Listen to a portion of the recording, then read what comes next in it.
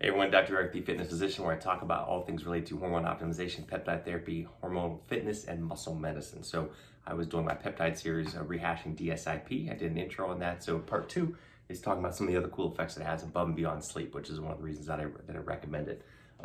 It has some anti-convulsant effects in those who are prone to seizure disorders or convulsions, tremors, etc. But more importantly, it has a neuroprotective effect. It does this through different ways. It decreases excitotoxicity in the brain, overall provides protection to the cells and actual neurons in the brain themselves and the astrocytes.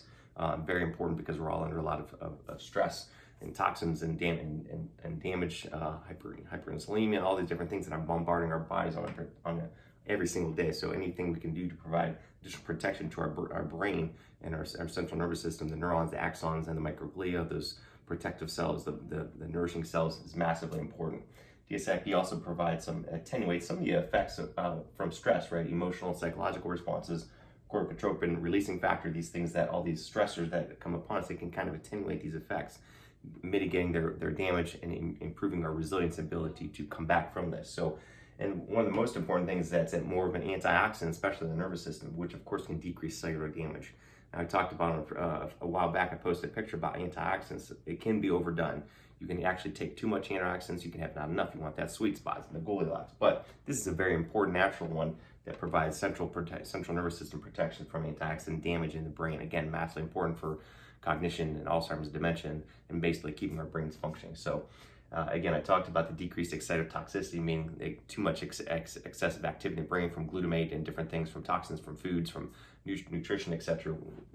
I won't get into it now, but there's different neurotransmitters in the brain, and glutamate and some of these other ones can cause too much excitotoxicity.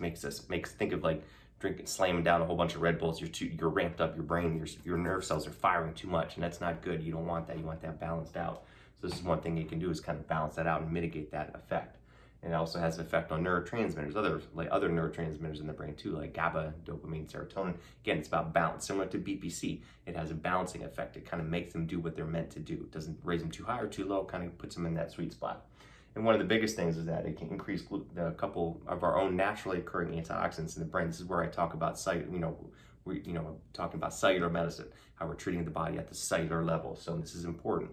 Glutathione peroxidase and superoxide dismutase are two naturally occurring antioxidants that our mitochondria and our cells make naturally, and there's a balance there. This can increase that, and again, we want that sweet spot, but it's not going to make it too high, but you want enough of that to mitigate the damage to mitochondria. That's why we age. That's why our bodies break down, because the cells stop working, the mitochondria stop working, they're not efficiently processing energy, and there's this, what we call an imbalance in what we call cellular redox, right? It's about the balance of antioxidants and too much oxidation versus too much reduction. Again, that balance I was talking about earlier, keeping the mitochondria functioning and utilizing fuel efficiently, mitigating that damage from too many free radicals being produced.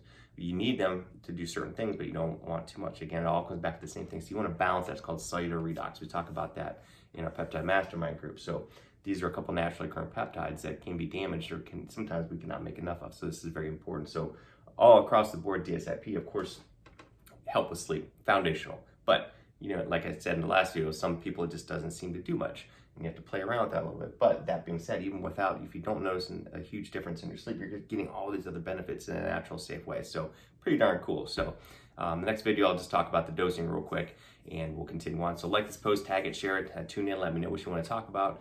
Let me know how else I can help you. Again, we're doing consultations for health and performance optimization, myself as well as with my partner, Allie Gilbert. So tune in if you reach out to me, and we can get you started on the ultimate package. So everyone have an awesome week, and we'll talk to you soon. Bye.